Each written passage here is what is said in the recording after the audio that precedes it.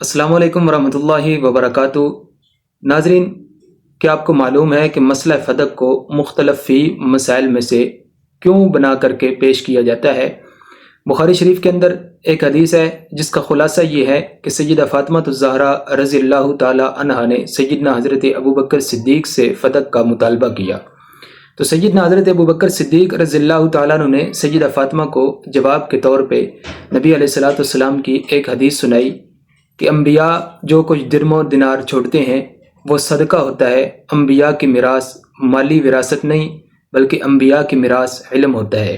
تو بخاری شریف کے اندر ابن شہاب زہری کی ایک روایت جس کے اندر آگے جا کے اس نے راوی نے یہ الفاظ بیان کیے کہ اس کے بعد سیدہ فاطمہ غضبناک ہو گئیں، ناراض ہو گئیں، سیدہ فاطمہ نے سیدنا ابوبکر صدیق سے بات نہیں کی۔ اب اسی روایت کو بنیاد بنا کر کچھ نادان لوگ سیدنا حضرت ابوبکر صدیق رضی اللہ تعالیٰ عنہ کی ذات اقدس پہ طرح طرح کے اعتراض کرتے ہیں۔ پچھلی ویڈیو کے اندر ہم نے اسی روایت کا ایک جواب آپ کی خدمت میں پیش کیا تھا۔ آج کی اس ویڈیو کے اندر مزید اسی روایت کے حوالے سے کچھ تفصیل آپ کی خدمت میں پیش کریں گے۔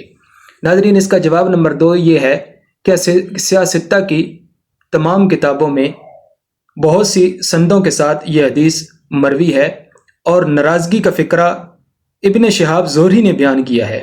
اس کے علاوہ کسی اور راوی نے ناراضگی کا فقرہ بیان نہیں کیا، بلکہ ابن شہاب زہری نے بھی اس فقرے کو ہمیشہ بیان نہیں کیا بلکہ کبھی بیان کرتا ہے اور کبھی بیان نہیں کرتا۔ بخاری شریف کے اندر حدیث فدق 5 مقامات پر مذکور ہے۔ نمبر 1، بخاری شریف جلد اول کتاب الجہاد صفحہ نمبر 435 پر موجود ہے۔ یہاں زہری سے صالح بن ابی الاخضر روایت کرتا ہے اور ناراضگی مذکور ہے۔ نمبر 2، بخاری شریف کتاب المناقب باب مناقب قرابت رسول اللہ صلی اللہ علیہ وسلم صفحہ نمبر 526، یہاں زہری سے شعیب روایت کرتا ہے اور ناراضگی مذکور نہیں ہے۔ نمبر 3، کتاب المغازی باب غزوۃ خیبر صفحہ نمبر 609 جلد نمبر 2، یہاں عقیل بن خالد زہری سے روایت کرتا ہے اور ناراضگی مذکور ہے۔ نمبر 4، بخاری شریف کتاب الفرائض باب لا نورث ما ترکناہ صدقہ صفحہ نمبر 995 جلد نمبر 2، یہاں زہری سے معمر روایت کرتا ہے اور ناراضگی کا کوئی ذکر موجود نہیں ہے۔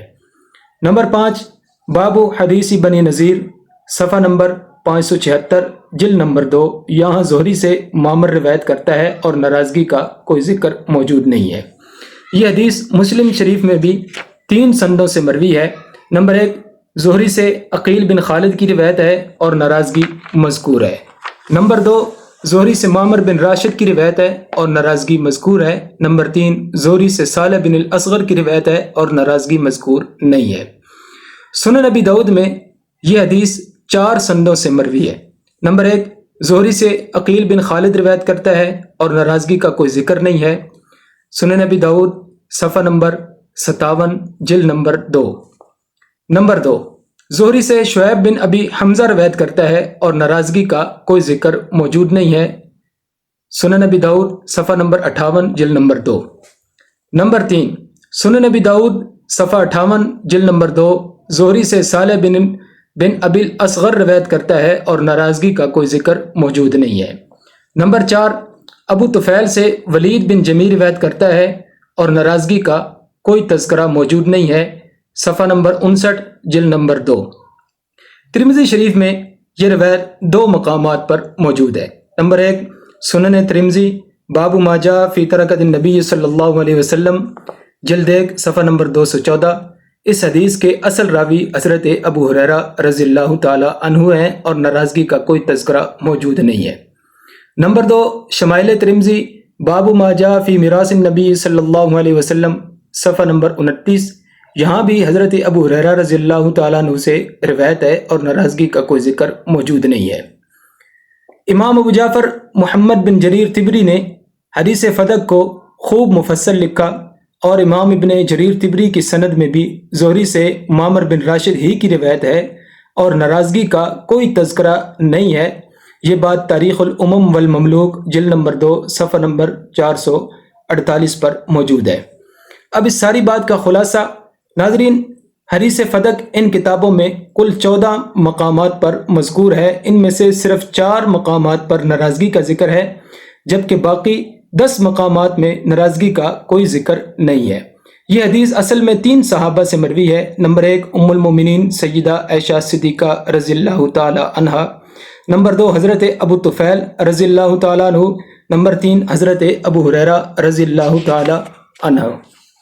ان تینوں میں سے صرف حضرت عائشہ صدیقہ رضی اللہ تعالی عنہ کی روایت میں ناراضگی کا ذکر وارد ہوا ہے، جبکہ حضرت ابو ہریرہ اور حضرت ابو طفیل کی روایات ناراضگی سے خالی ہیں۔ اس کے بعد حضرت عائشہ صدیقہ سے حضرت عروہ بن زبیر کے واسطے سے ابن شہاب زہری روایت کرتے ہیں، کبھی ناراضگی کا ذکر کرتے ہیں اور کبھی ناراضگی کا نام تک نہیں لیتے، جیسا کہ ہم آپ کے سامنے تفصیل بیان کر چکے ہیں۔ ناظرین، یہ بات نوٹ کرنے کی ہے کہ حضرت عروہ بن زبیر کی ولادت سن 22 ہجری میں ہوئی اور واقعہ فدق سن 11 ہجری کا ہے۔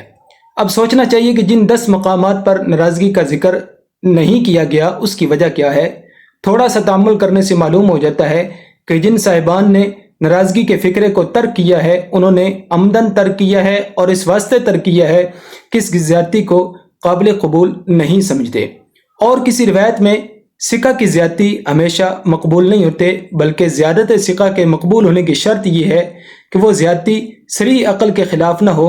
ابن شہاب زہری کی زیادتی چونکہ صریح عقل و ظاہر کے خلاف تھی، اس لیے اکثر محدثین اس کو قبول نہ کر سکے، جیسا کہ اوپر کے نقشہ سے واضح ہو گیا کہ ابو داؤد، امام ترمذی اور ابن جریر طبری نے ناراضگی کے فکرے کو ترک کر دیا، اور خود امام بخاری اور مسلم کی بعض سندیں بھی ناراضگی سے خالی ہیں۔ جب ان محدثین کبار نے اس فکرے کو قابل قبول نہ کیا تو ضرور ان کے ہاں رضامندی ثابت ہوگی، کیونکہ ان دونوں میں سے کسی ایک کا ہونا ہی بدیہی ہے، جب ناراضگی نہیں تو رضامندی لازمن ہوگی۔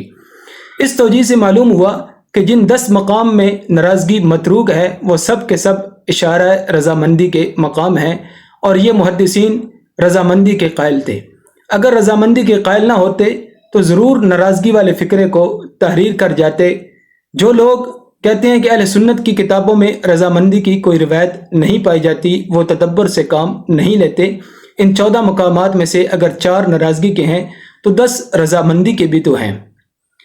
جواب نمبر 3، حضرت فاطمہ رضی اللہ تعالی عنہا کے سارے اخراجات فدق ہی کی آمدنی سے خلیفہ اول سیدنا حضرت ابو بکر صدیق رضی اللہ تعالی عنہ پورا کیا کرتے تھے۔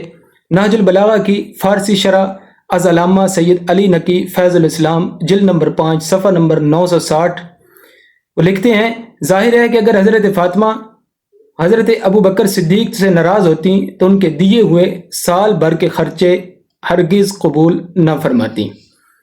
اب ناراضگی کا ذکر تو سارے کرتے ہیں، رضامندی والی جو روایات جانبین کی کتب میں ہیں، یعنی اہل سنت اور اہل تشیع کی کتب میں ہیں، وہ کوئی بیان نہیں کرتا۔ تو اب ہم آپ کی خدمت میں رضامندی کا ثبوت اہل سنت سے اور اس کے بعد اہل تشیع کی کتابوں سے بیان کریں گے۔ رضامندی کی پہلی روایت ہے، عن عامر قال جاء ابو بکر الى فاطمة وقد اشتد مرضها فاستأذن عليها فقال لها علي هذا ابو بكر على الباب يستأذن فإن شئت ان تأذني له او ذاك احب اليك قال نعم فدخل۔ اب یہ بات ریاض النظرہ جلد نمبر 1 صفحہ نمبر 156 پر موجود ہے۔